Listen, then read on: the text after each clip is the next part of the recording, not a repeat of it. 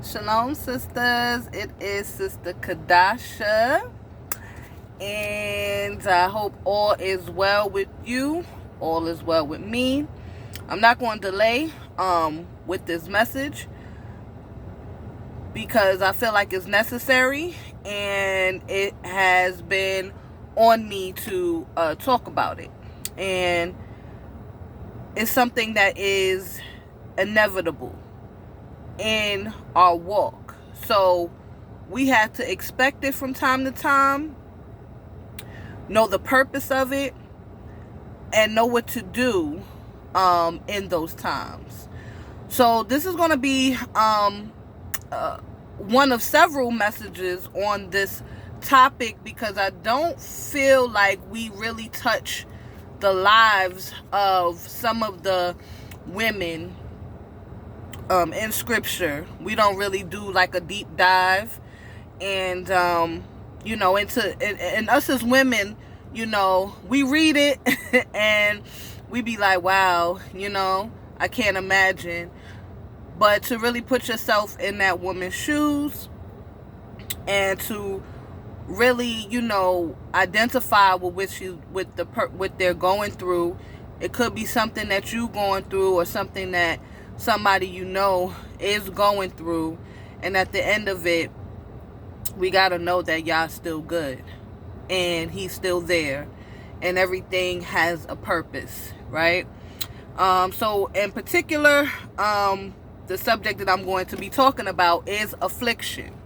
All right, I have a few notes here, so if you see me looking down at my notes, I really go off the top of my head with a lot of messages, but some things have to be a little bit more tailored so I don't get off track.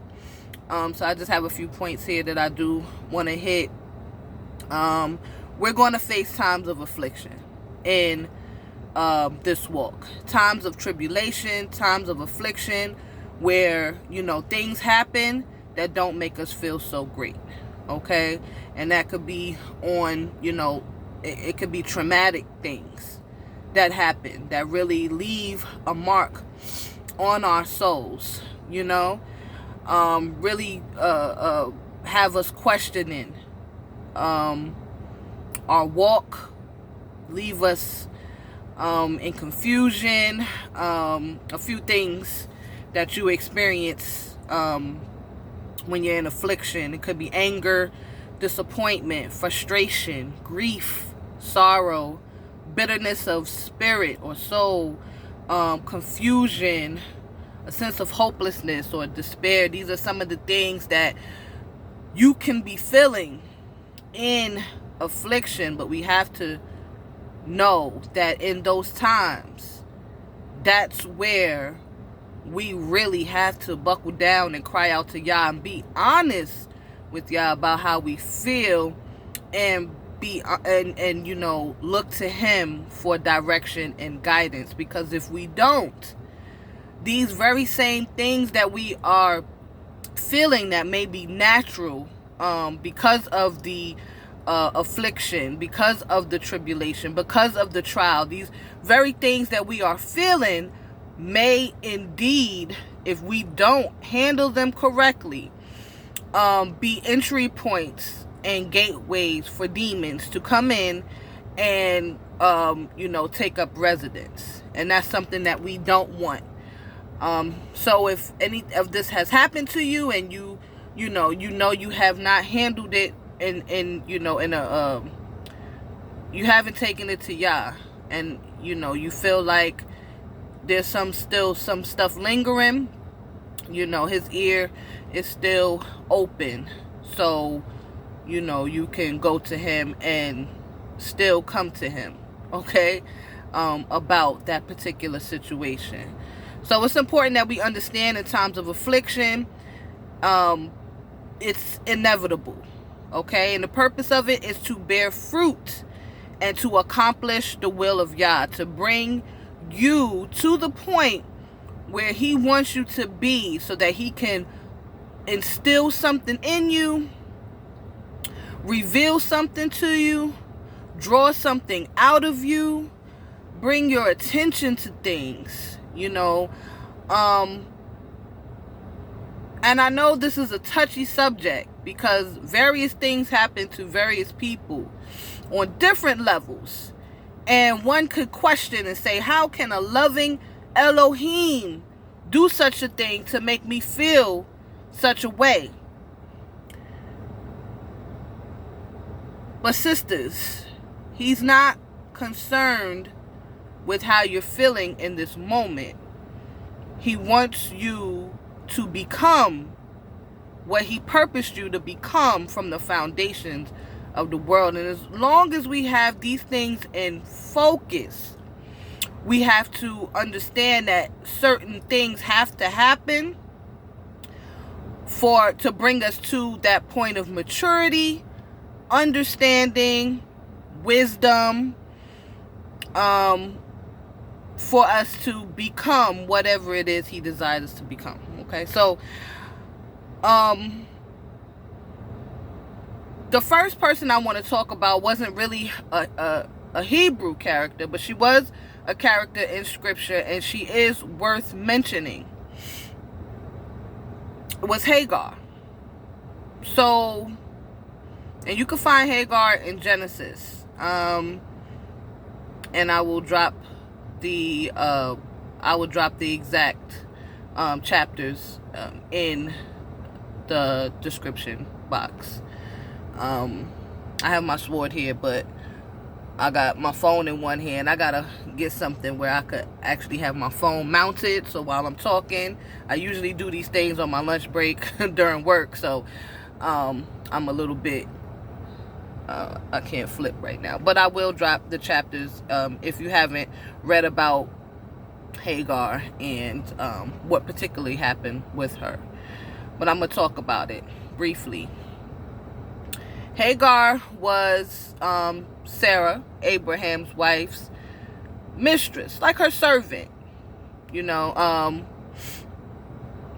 Sarah was her mistress, so Hagar was like a servant. You know, a younger woman, and she was Sarah's handmaid. And after Abraham was given the promise about having a son, you know, that Yahweh gave him, Sarah became a little impatient, and she felt like she wanted to help bring this to pass, or that it had to come to pass. If it wasn't, you know, she didn't believe it was going to come through her, because, you know, they were older. So she said, perhaps it's through my handmaid. And so she told Abraham to go into her handmaid. Now, we're going to stop right here. Hagar, a younger woman. We don't really know how old or how young she was. But she was a woman, and she was there for the purpose of serving Sarah.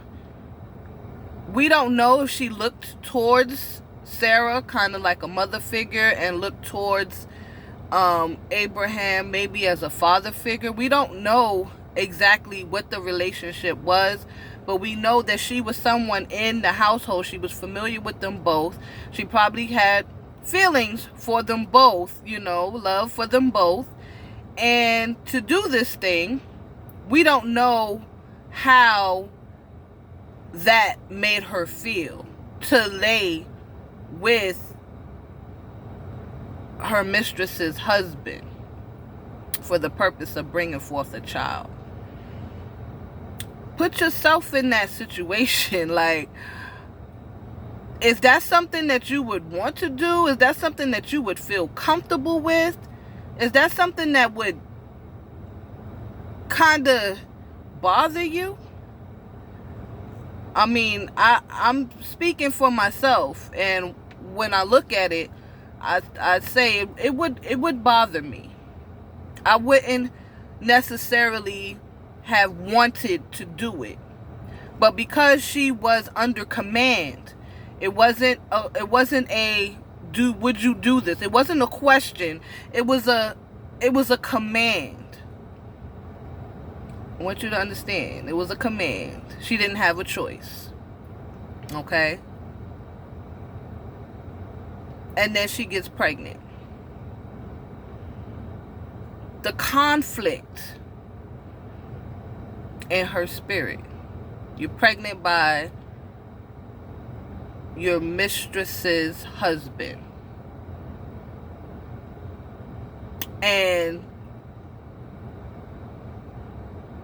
at that point, you probably feel like, well, maybe I should be running things since I'm, you know what I'm saying? Like, who knows what was going through her mind? But the scripture does say that, you know, she began to buck a little bit, to the point where, you know, Sarah began to deal with her harshly, you know.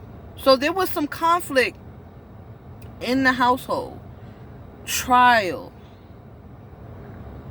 I know she was afflicted. This is all she had at that time. Her, you know, she was in their household. She ate there. She slept there. You know, this was her livelihood at that time. It doesn't say nothing about her parents. It says that she was from Mitzrayim, from Egypt. So she wasn't, you know, in her homeland. It could have been very lonely for her. Who knows who she had to talk to, who she could disclose her feelings to. But it does reveal that Yah was watching.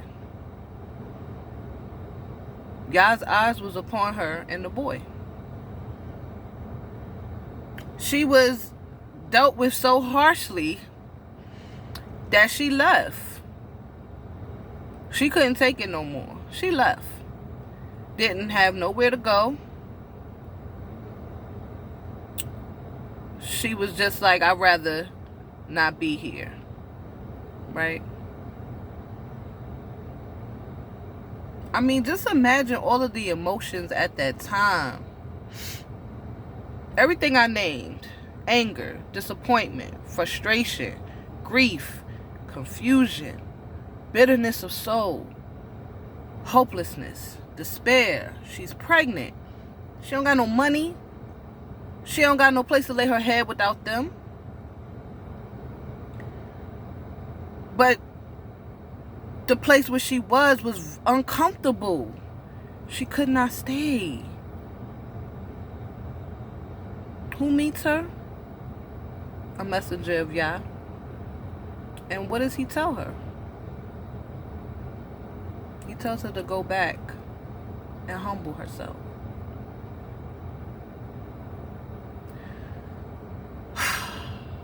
How many of us would have bucked on the angel like, I ain't going back, you bugging? Like, how many of us would have felt some type of way with that counsel? I want us to think about stuff like this because Yah was in it. Okay? Yah was in it. He was in it. He was watching. He was aware. Nothing goes on without him knowing. Okay? Nothing goes on without his permission. Hallelujah. Nothing goes on without his permission. So, I'm sure at that time, if you were in that person's shoes, if you was in Hagar's shoes, and you got that word,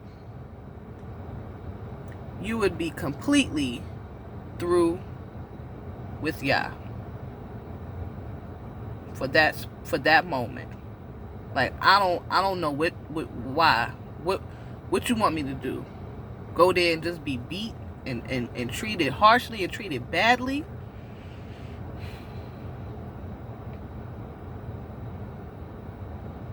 I'm going to stop right there. Because there was no happy ending to that particular story.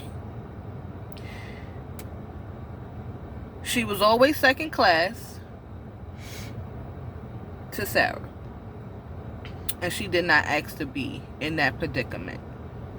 She came there to serve.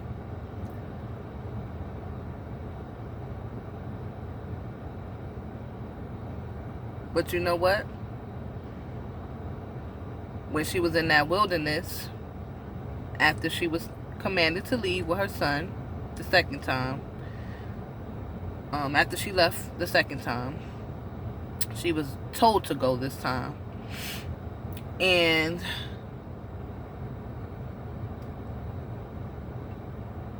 Yah was with her, and he met her again in the wilderness and gave her a word and told her about, let her eyes see the well so that she could be refreshed and refresh her son and carry on. So it doesn't say exactly how her story ends. We don't know if she gets remarried or, she's this, but we know that he made Ishmael a mighty, mighty nation. So we do know that at the end, he most likely took care of his mother. But it does not say exactly what happens to her. The story that we get is her affliction. And Yah was in it. So I just want to leave you with that. And I'm going to be talking about some other women who we see their affliction in the book. And a lot of times we don't get that happily ever after, sis. Like, it's supposed to grow you and bring you to a point where you bear fruit and that you are completely submitted to him and that you do what it is that he purposed you to do.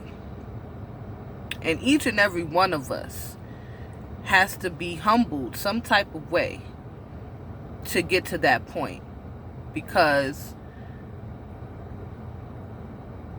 his ways are not our ways and his thoughts are not our thoughts. They are so much higher. I felt the need to talk about affliction because affliction comes even when you're blessed. Affliction comes.